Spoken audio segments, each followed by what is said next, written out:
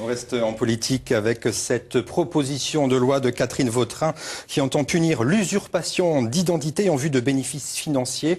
Les usurpations d'identité donc en vue de bénéfices financiers d'1 an de prison et de 15 000 € d'amende. Selon une étude, plus de 210 000 personnes seraient victimes chaque année d'usurpateurs de leur identité à des fins frauduleuses. Colombine Denis, Philippe Cocampo.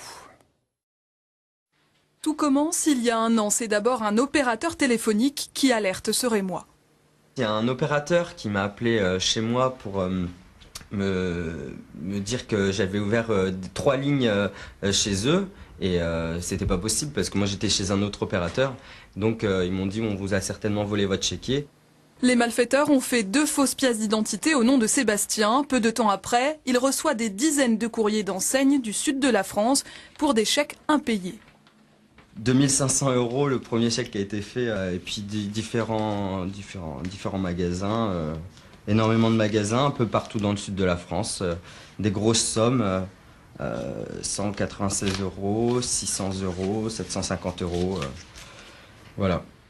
Ce jeune Rémois a finalement été intégralement remboursé par les assurances, mais sa plainte est restée sans suite. Son cas n'est pas isolé. D'après une étude récente, plus de 210 000 personnes seraient ainsi victimes de ces vols d'identité chaque année. C'est ce qui a décidé Catherine Vautrin à proposer la création d'un délit d'usurpation d'identité générique.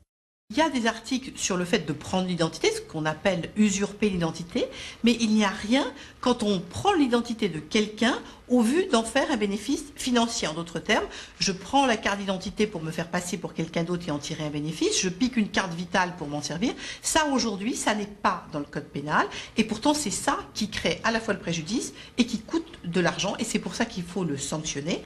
Catherine Vautrin demande une peine d'1 an d'emprisonnement et de 15 000 € d'amende. Sa proposition de loi a recueilli la signature de 74 députés.